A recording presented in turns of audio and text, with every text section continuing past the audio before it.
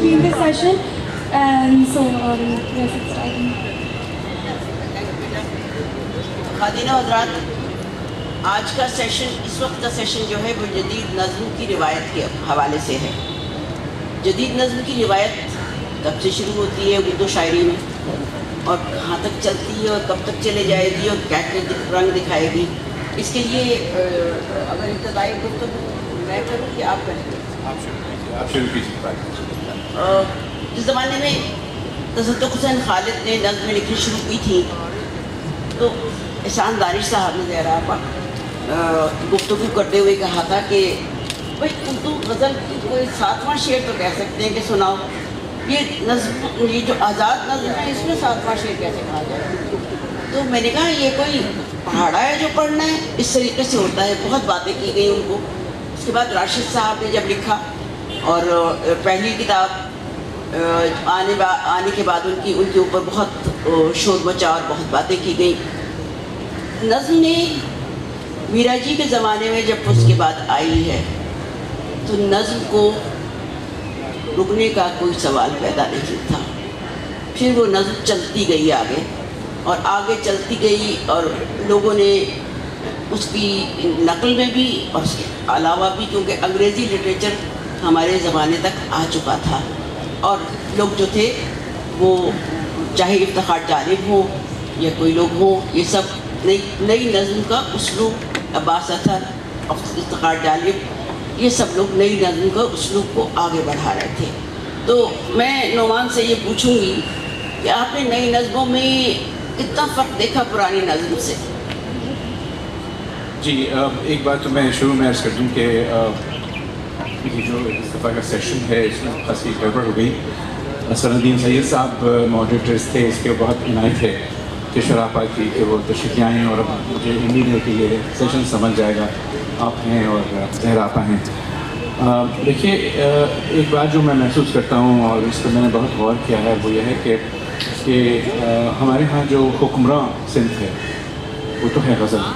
آپ نے بھی بہت غزلیں کہیں اور بہت اچھی غزلیں کہیں، بلکہ میں آپ سے کہتا ہوں کہ آپ غزلیں اور کہیں، اور زہرا آپا کی غزلیں تو خیر گلی گلی سنائی گئیں۔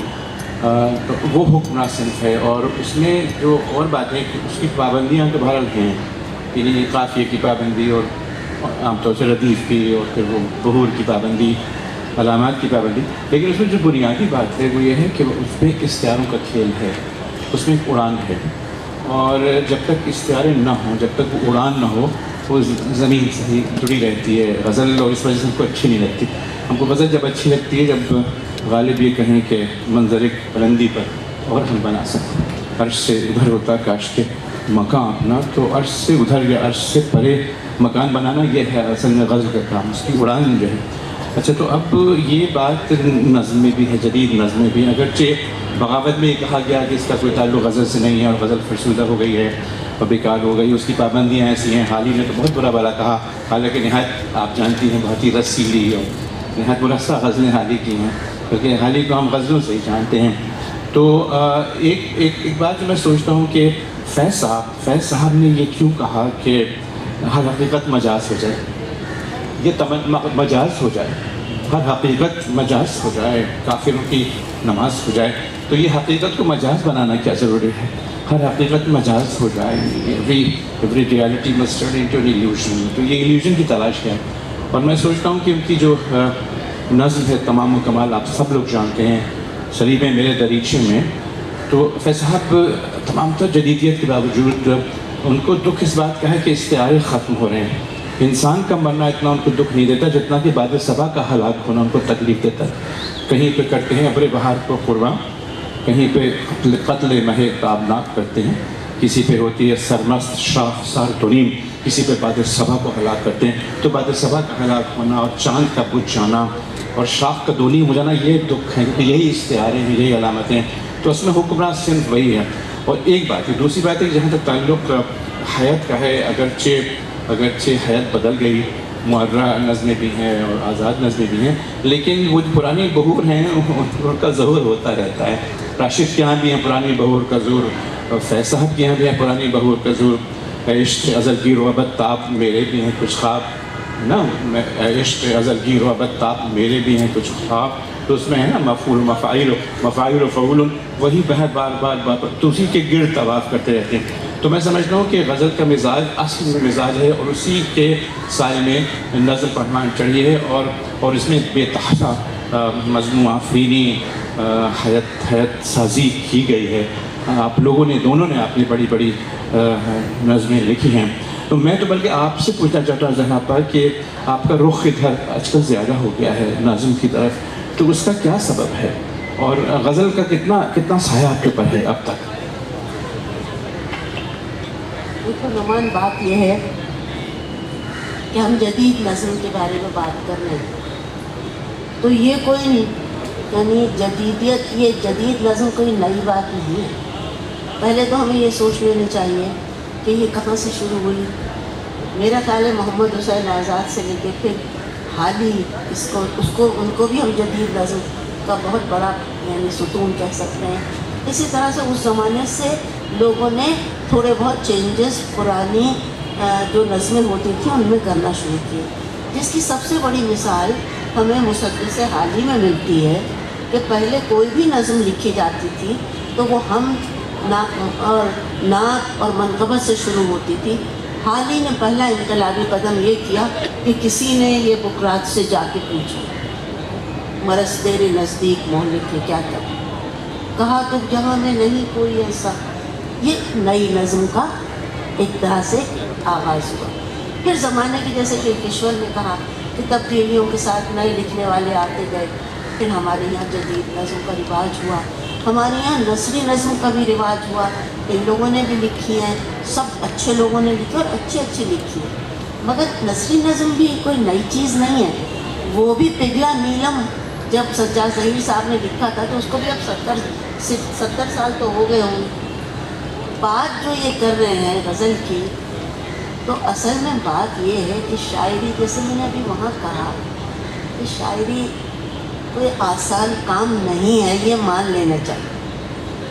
شاعری جو ہے اس میں مرصع سازی ہے، اس میں الفاظ کا چناؤ ہے، اس میں الفاظ پہ محنت ہے، پھر کہیں جا کے خیال کا پیرہن تیار ہوتا ہے، اور پھر اس کے بعد شاعر اس پیرہن کو الفاظ میں کو پہنا دیتا ہے اور ہمارے سامنے ایک اچھا شعر آتا ہے. دیکھیے لفظ وہی ہیں جو ہم شاعری میں روزمرہ گفتگو میں استعمال کرتے ہیں، لیکن جب کسی بڑے شاعر کے ہاتھ میں جاتے ہیں تو وہی الفاظ جو ہم روزمرہ، جیسے میں آپ سے بات کر رہی ہوں، اسی طرح کے لفظ ہوتے ہیں، لیکن وہ اس طرح پرو دیتا ہے اور اس طرح ان کو جلا دے دیتا ہے کہ وہ آپ کا ہاتھ 7ویں آسمان پہ پکڑ کے لے جاتے ہیں. اور آپ کے سامنے کیا ہوتا ہے؟ ایک کاغذ سیدھا سادہ اور سیاہی، جس کے لفظ عام طور سے ہم لکھتے رہتے ہیں، جس سے کام چلتا ہے. غزل کی بات کرتے ہیں، یہ تو غزل کی سب سے بڑی، اس کو خوبی کہوں یا پرابلم کہوں، یہ تھی کہ اس میں جگہ بہت کم ہے، اسپیس بہت کم ہے. اس میں ویسٹ کرنے کی جگہ شاعر کے پاس ہے ہی نہیں. بھرتی کا لفظ وہ لا ہی نہیں سکتا، وہ چاہے بھی تو بھرتی کا لفظ جیسے کھٹکتا ہے آپ کے سامنے. اب یہ پرانے اشعار آپ دیکھ لیجیے، نئے ہمارے ہم اثروں کو دیکھ لیجیے. غزل کے جو شعر ہیں اس میں کہیں وہی شعر دل کو بھاتا ہے جس میں جگہ نہیں ہوتی. نظم کی خوبی یہ ہے کہ جس طرح کتھک ڈانس میں آپ جو چاہیں کر سکتے ہیں، بھارت ناٹیم میں آپ کچھ نہیں کر سکتے، بندھی ہوئی چیزیں ہوتی ہیں. نظم کے پاس اس میں جگہ بہت ہے، وسعت بہت ہے. مطلب یہ کہ آپ اس کا ایک اسٹرکچر بناتے ہیں، آپ ایک موضوع ہوتا ہے، اس کے بعد اس میں آپ الفاظ، پھر اس کو آپ کاٹتے پیٹتے ہیں کہ نہیں بھائی یہ مصرع ٹھیک نہیں، یوں ہے یوں ہے یوں ہے یوں ہے. لیکن یہ بھی کاریگری ہے، یہ نہیں ہے کہ آپ اس کو ایسے ہی چھوڑ دیں. جس کی بہترین مثال ہمارے سامنے ہمارے لکھنے والوں میں فیض صاحب کی نظمیں، جس کے اگر میں پورے مصرے نکالوں تو میں کہوں کہ یہ تو غزل کا مصرع ہے. جی بالکل، یہ تو غزل کا مصرع ہے، یہ نظم کا مصرع نہیں ہے. مگر نہیں، وہ نظم میں سمویا گیا. یہ کاریگری ہے، یہ ایک اللہ کی طرف سے آپ کو ایک نعمت تو ملتی ہے، کہ آپ الفاظ کو مترنم طریقے سے جوڑ لیتے ہیں، لیکن اس میں ان الفاظ سے چھوٹے چھوٹے اسپارک پیدا کرنا، جیسے پتھروں کو رگڑ کے چھوٹی چنگاری نکلتی ہے، یہ شاعر کی بڑائی اور اس کی کاریگری کا کام ہے۔ دو باتیں میں عرض کر دوں، پھر آپ سے مجھے تفصیل سے بات کرنی ہے۔ ایک بات تو یہ ہے کہ شاعر کی آزمائش تو غزل میں ہی ہوتی ہے، کیونکہ اس میں پابندی اتنی ہے، بحر کی پابندی ہے، قافیے کی پابندی، مضامین تک کی پابندی ہے، تو اصل تو آزمائش وہیں ہوتی ہے۔ اور عموماً ہم لوگ اس شخص کو شاعر نہیں مانتے جس نے غزل نہ لکھی ہے، حالانکہ ایسا ہونا نہیں چاہیے۔ ایک بات تو یہ، دوسری بات یہ کہ میں سمجھتا ہوں، اور آپ پتہ نہیں اس سے اتفاق کریں گے یا نہیں، کہ میں نظم کو جہاں تک تعلق اردو شاعری کا ہے غزل کا ہی پھیلاؤ سمجھتا ہوں، اسی کا دامن وسیع تر ہوا ہے، کیونکہ بغیر علامات کے، بغیر اشتہاروں کے، بغیر اڑان کے اچھی نظم بنتی ہی نہیں۔ آپ جانتے ہیں اس بات کو، واقعہ نگاری نہیں ہوتی۔ منظومات کا نام، ورسیفیکیشن کا نام تو نظم نہیں ہے۔ آپ لوگ بھی محض منظومات تو نہیں لکھتے نا، وہ تو ایک کہیں سے ایک بات اوپر جاتی ہے نا، اس کی ایک میٹافزکس ہے۔ تو آپ کشور آپا، آپ نے بہت غزلیں کہی ہیں اور میں تو آپ کی غزلوں کے رسیا ہوں۔ مجھے یہ بتائیے کہ آپ جو چاہیں بات کریں، ظاہر ہے آپ کے ہاتھ میں ہے اختیار، لیکن میں یہ جاننا چاہتا تھا کہ یہ جو رخ آپ کا آیا ہے نظم کی طرف، تو یہ کیا عمل تھا آپ کا؟ اس کو ذرا سا نظم لکھ رہی ہیں، اسی طرح میرے ساتھ یہ تھا کہ میں پہلی کتاب میری لب گویا جو ہے وہ صرف غزلوں کا مجموعہ تھا۔ میں نے اس وقت تک نظم نہیں لکھی تھی۔ مجھے مختار صدیقی نے ٹوکا کہ تمہارے یہاں غزل میں تسلسل ہوتا ہے۔ میں نے کہا وہ اس لیے ہوتا ہے کیونکہ میرے پاس وقت کم ہوتا ہے اور میں جمع کرتی رہتی ہوں لفظوں کو، اور جب وقت ملتا ہے تو میں الگ الگ شعر لکھ لیتی ہوں اور وہ شعر اکٹھے ہو جاتے ہیں، تو اس طریقے سے انہوں نے کہا نہیں، یہ تو تمہارا طریقہ ہو گیا لکھنے کا۔ اصل وجہ یہ ہے کہ تمہارے اندر نظم بھی ہے، کیونکہ تسلسل جو ہے اور جو توقع کی جاتی ہے کہ ایک نظم میں چیز آئے، وہ تم نظم بھی لکھو۔ تو میں بڑی ڈری، بڑی پریشان ہوئی، اور پھر میں نے راشد کو پڑھنے کے بعد، میرا جی کو پڑھنے کے بعد، جو میں پہلے پڑھ چکی تھی، دوبارہ اس لیے پڑھا کہ نظم نے کیا اپنے اندر سہولتیں رکھی ہیں اور کیا رکاوٹیں رکھی ہیں۔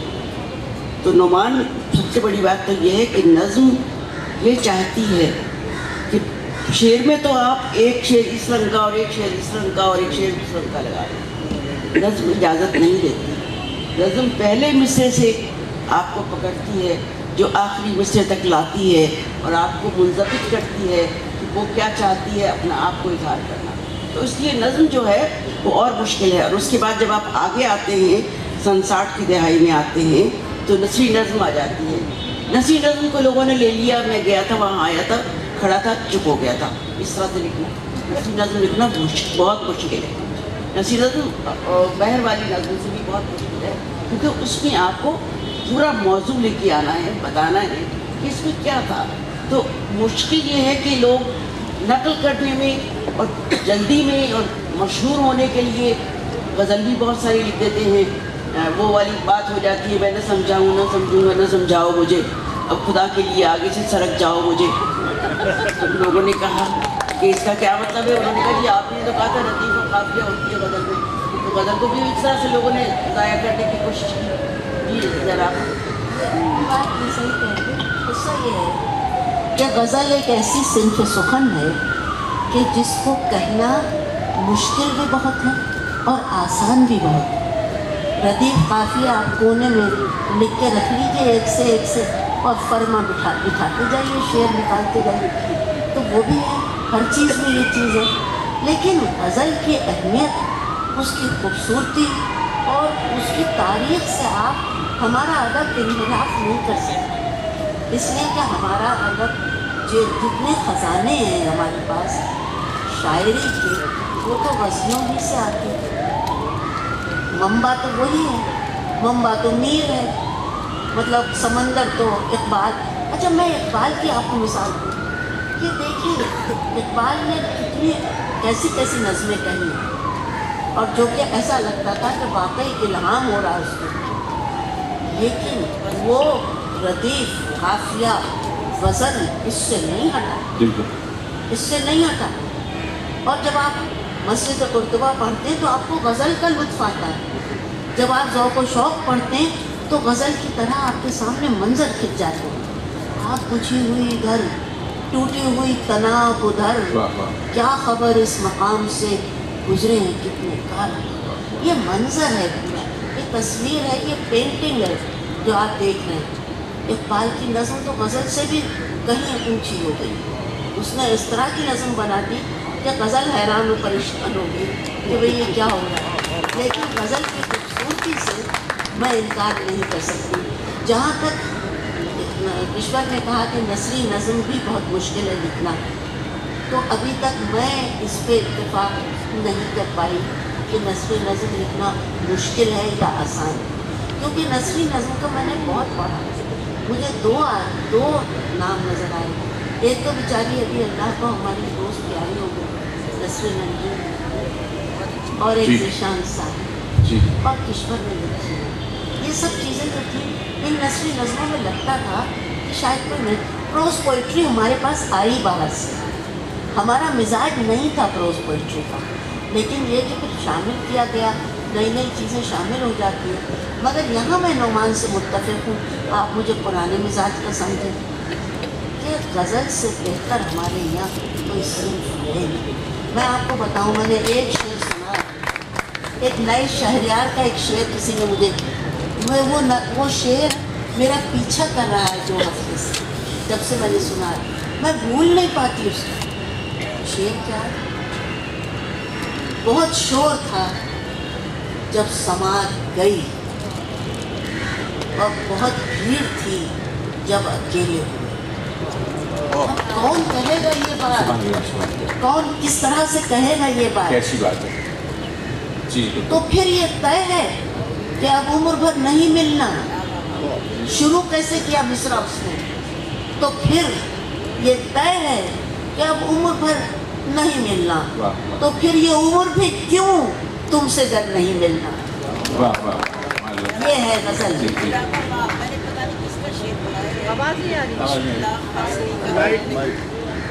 عشق لا حاصلی کا کھیل نہیں، دیکھ ہم اس گلی میں خاک ہوئے. سبحان اللہ. اب یہ جو چیزیں تھیں یہ اچھا، نظمیں بہت خوبصورت ہے. میں نظمیں بھی آپ کو سنا سکتی ہوں، زبانی بہت یاد ہوں، لیکن نظمیں اس میں بھی ہے. اس طرح سے آپ جیسے کہانی کو آپ فنش کرتے ہیں، کہانی کا اختتام جب ہوتا ہے تو کہانی لکھنے والا بہت سوچتا ہے کہ بھائی ایسا میں کرتی ہوں. نظم کا بھی اختتام بہت ہے، بالکل کہانی کی طرح بہت ہے. آپ ایسے مصرعے پہ اختتام کرتے ہیں کہ سوچنے پڑھنے والا سوچنے لگے کہ یار یہ کچھ کم رہ گیا، زیادہ رہ گیا، کیا کہنا چاہتا تھا، جو کہنا چاہتا تھا میں بھی کہتا تھا. جی میں نے جو غزل کی حاکمیت کی بات کی ہے، اور مجھے آپ کو اس سے موضوع جدید نظم کی روایت ہے، یہ نعمان کے سر کے اوپر غزل چڑھی ہوئی ہے. جی میرے ساتھ اصل چیز یہ ہے، میں تو یہ پوچھنا چاہتی ہوں کہ ہم گزشتہ 50 برس سے، اور اس کے بعد گزشتہ خاص طور سے 50 برس سے سن 60 سے خاص طور سے جو نئی نظم آئی ہے، اور جو نیا ماحول آیا ہے، اور جو نئی زندگی آئی ہے، اور جو نئے مسائل آئے ہیں پاکستان میں اور دنیا بھر میں، اس کے حوالے سے غزل کم اور نظم بہت لکھی گئی ہے. آپ کو یہ سوال آپ کا تنگ نہیں کرتا؟ جی آپ کی بات بالکل درست ہے. میرے سر پہ غزل ہی سوار ہے، اور مجھے اس میں کوئی شرمندگی نہیں ہے. دیکھیے ابھی ذرا آپ نے بات کی ذوق و شوق کی، اقبال کی نظم آگ بجھی ہوئی تناب ہے، تو اس میں انہوں نے کہا کہ میں یہ نظم ہے، دیکھیے ذوق و شوق میں کہ میری غزل میں ہے آتش رفتہ کا سراغ. غزل میں کہ میری غزل میں ہے آتش رفتہ کا سراغ. میری تمام جستجو، میری تمام سرگزشت کھوئے ہوں کی جستجو، باد صبا کی موت سے نشو و نمائے خار و خس، میرے نفس کی موت سے نشو و نمائے آرزو. خونے دل و جگر سے ہے میری نوا کی پرورش، ہے رگ ساز میں رواں صاحب ساز کا لو. یہ نظم ہے، اور اس میں دیکھیے غزل دیکھیں، مجھے میرے سر پر شاعری سوار ہے، غزل سوار نہیں. میں تو یہ سمجھتا ہوں کہ جہاں تک علامت سازی کا تعلق ہے، جہاں تک اس بات کا تعلق ہے کہ بغیر علامات کے، بغیر استعاروں کے، بغیر اڑان کے نظم ممکن نہیں.